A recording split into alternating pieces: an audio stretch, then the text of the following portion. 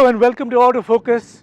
We are on Haloed grounds. This is one of India's most iconic and very special heritage site. We are standing in one of these sites of the Hampi complex of temples that are protected. We have been given special permission to come and shoot the new Mercedes-Benz GLC here, an SUV that is extremely important for Mercedes-Benz in India and worldwide, an SUV that is sold more than 2.6 million units worldwide and about 13,000 plus units in India. It is an extremely important model. It is, in terms of hierarchy, very similar to the C-Class, which is why the nomenclature, the GLC. What we have here at hand is the second generation GLC, a vehicle that has been refreshed inside out. It's brand new. It's also grown in proportions. We're going to be talking a lot about all of that features, and we're going to be driving this through the day in and around Hampi to give you all the details about this new GLC.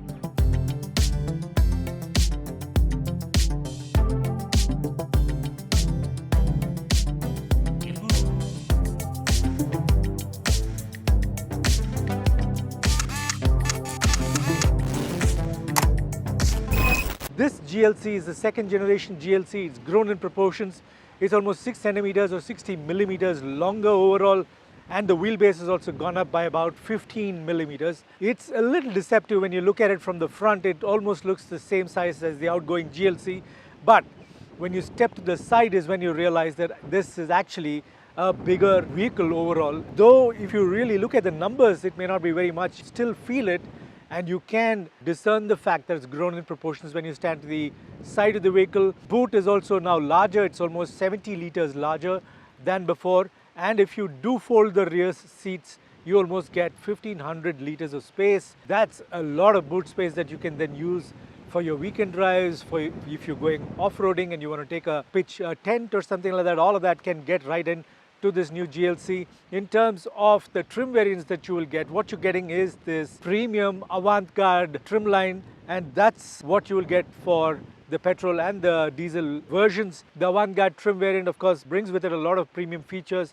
The idea is obviously to try and elevate the sort of premiumness of the GLC and give buyers in this segment more than what the previous generation offered. So the new GLC's design is sort of got a new fascia, and at the same time refers back to the outgoing GLC. There's a lot of that design flavor that is coming in from the previous GLC. But as you can see, the housing for the headlamps, the grille and the overall front look with the air dam and that chrome underbody kit is very different. It is getting slightly shapelier headlamp and this vertical slatted front bonnet grille that then gives you that signature large Mercedes-Benz three-pointed star logo in the middle. The front fender has now got this chrome framed, chrome still sells and chrome still has takers. So it does deliver a certain impact in terms of premiumness, that coming right through at the front. On the side, the most attractive new feature, of course, is the 19-inch star-shaped alloys. These are aerodynamically optimized and they really stand out. These are really good looking alloys and I'm genuinely in love with them. The stocked door mirrors on the side also deliver a little bit more of aerodynamic performance. Overall, the design and airflow has been optimized to deliver a little bit better aerodynamic performance. The design continues to be minimalist. On the side, the other feature that catches my eye is, of course, the floorboards and the fact that the doors are now a little wider, giving you a slightly better entry and exit option. Now, overall, that's the front and side design of the new GLC. It is, like I said, looking longer when you view it from the side profile. At the rear, it gets 3D tail lamps, new housing with a new LED signature, and of course, it has this connected band between the two tail lamps. That also is a nice piano black garnish. And at the rear fender again also gets chrome underguard. Chrome underguard also sort of has the diffuser and the two exhaust pipes sticking out from the rear. Nice strong rear design for the new GLC, and of course it's got a powered tailgate now. The boot then is capable of offering about 620 liters of luggage space. That's about 70 liters more than the outgoing GLC. The design of the new GLC also has this sort of surfacing that we've come to expect from Mercedes, while still being a minimalist design. Rounded surfaces, the really flush, clean, tight shut lines, all of that coming through and giving you that perception of this being genuinely premium mid-size SUV. So we're sitting in the cabin of the new GLC, and as you can see, it's a very clean, luxuriously finished cabin. This is a cabin that's very different from the outgoing GLC. It's got all of your trademark Mercedes design elements on the dashboard, and of course this massive 11.9-inch Ultra HD screen really dominates the cabin. But at the same time, as you can see, it's a fairly wide set out cabin. It's got very specific elements that are unique to the GLC, and at the same time you might have seen some of these trim elements in a few other Mercedes vehicles in the past, especially this open pore ashwood with that pinstripe metal finish, a nice sophisticated feeling that it brings to the cabin, a lot of warmth too. All of the metal elements and the chrome elements beautifully finished. The soft touch stitched leather top of the dashboard, again very plush, and gives that huge impact when it comes to the kind of premiumness that it delivers to the cabin. The center stack and the center console, again getting this carbon fiber trim with metal frames, very thin minimalist design, and at the same time fairly young and sporty. Most of the controls are right within reach. In fact, this 11.9-inch Ultra HD screen is also tilted towards the driver by about 6 degrees, giving you that built for a driver's feel while you sit behind the wheel. You know, access to key functions right there. You can change modes, you have access to vehicle settings, you have access to Android Auto and Apple CarPlay, both wired and wireless. And of course this clean right-sized sort of steering wheel, leather lap. All of the functions on the steering wheel are touch sensitive. Haptic feedback on this screen, of course, sunroof and access to volume controls, the cell phone access, much of the changes to the digital cockpit, all of that again right within touch away on the wheel. Touch sensitivity and the way it behaves is very clean, very likable. A lot of digitization that's happened into the cabin. As you can see, it still sort of gives out that fresh and young vibe. The beige, dark grey and metal trim elements coming through really well within the cabin. I genuinely like this cabin compared to the outgoing model, and that of course is going to make an impact even more if you were to be driving at night with all that ambient lighting highlighting the cabin's special features. It also gets a 15-speaker Burmester system. Music system is again top-notch when you're sitting in the cabin. It generally feels really good to listen to. The new GLC also comes with more safety features than the outgoing model. It does get 7 airbags, active lane keeping assist, car to X communications, active brake assist, parking package with 360-degree camera, pre-safe attention assist, active parking assist, etc. And of course the off-road package, which then allows you to use the camera to generate a view of the underside of the vehicle, allowing you to pick your way through some tricky off-road conditions if you do have to do that. In addition to this, the GLC is offered with 5 colors, and of course the cabin also gets 3 upholstery colors, including the sienna brown and the macchiato beige. Both of these are very good looking cabins, both enabling customers to feel like it's a far airier cabin, and of course you have the panoramic sunroof if you do want more light coming into the cabin. What we've been driving through the morning today is the GLC 300 4MATIC, which in Mercedes' lingo means it's the 300 nomenclature petrol engine with 4-wheel drive, which is their 4MATIC.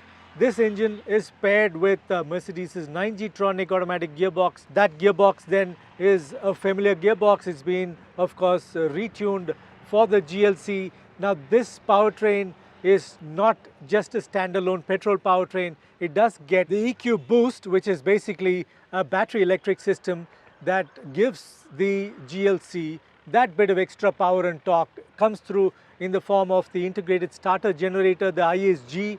The ISG is a 48-volt battery electric system which then enables the GLC to get parallel assist during the initial acceleration cycles, and every time that you do want to make, let's say, a quick overtake maneuver or something like that, and you need that extra power and torque, then the system automatically detects demands and then supplies about 23 horsepower of peak power from the ISG and about 200 newton meters of peak torque. The engine itself delivers 258 horsepower of peak power and 400 newton meters of torque. So we're talking about a combined torque of about 600 newton meters at any point in time at its peak level, and about 275 plus of horsepower available to you. Now this powertrain is so quick that Mercedes says it's 6.2 second acceleration run to 100 kilometers per hour.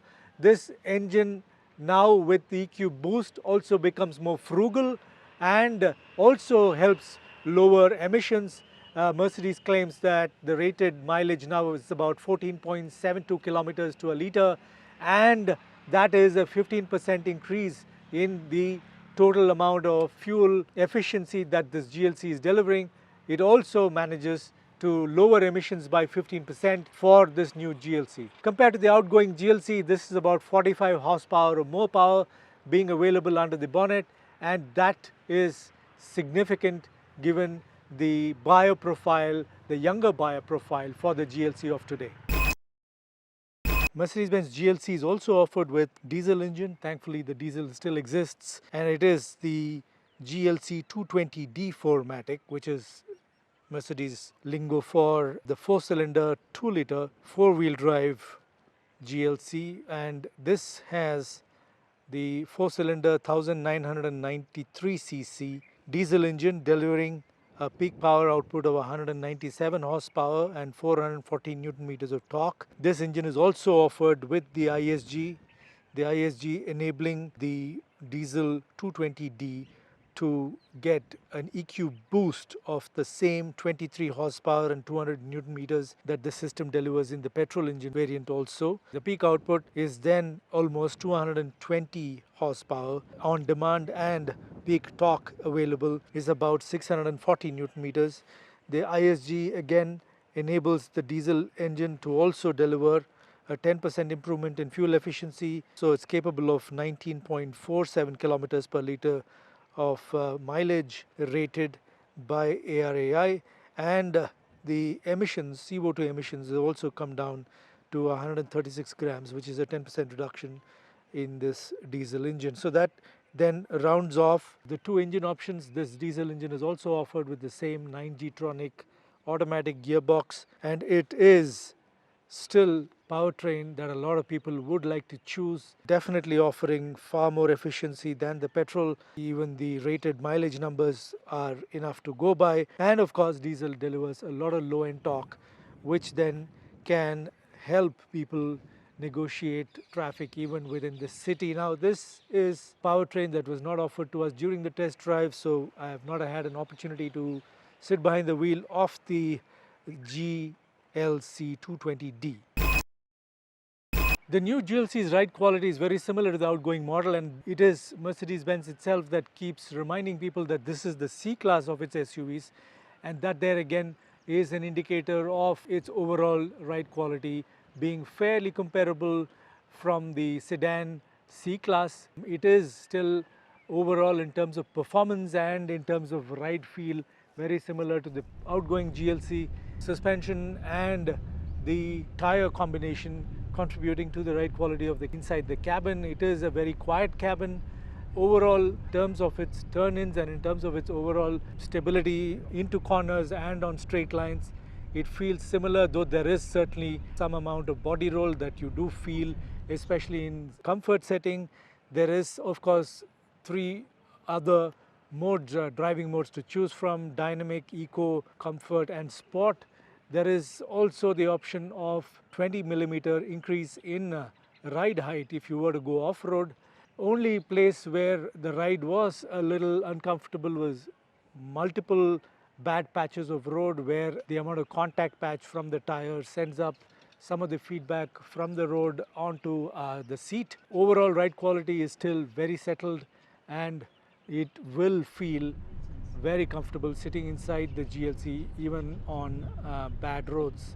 On clean tarmac, it is extremely good to be riding behind the wheel, and even at the rear seat, it does feel quite comfortable.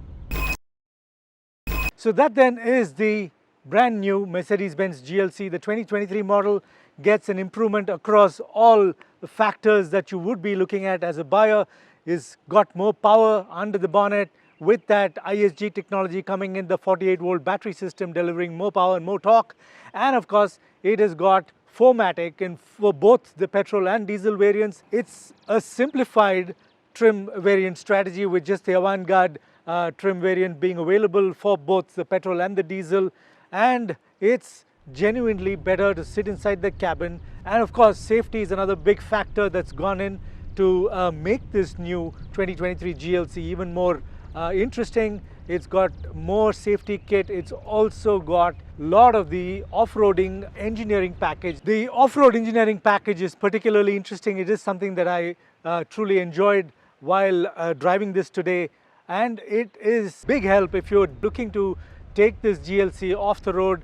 And that whole transparent bonnet concept really works. It's a camera system that then delivers sort of generated live feed of what is exactly under the front two wheels, and that can genuinely help you step through some of the difficult spots if you were to go off-road. It also has the ability to offer 20 millimeters of more ground clearance. The overall ground clearance is already very significant, so that way, you know, you're not going to be having to need to worry about that whole underbody scraping that was a concern with the EQC. Now the GLC, then the new one especially, that is not going to be a factor for sure.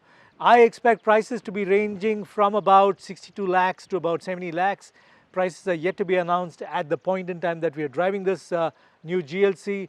If you are in the market for a vehicle of this size class, this is genuinely a very well loaded, feature-rich new GLC 2023 model. You must go and check it out at your nearest Mercedes-Benz showroom and send us your comments.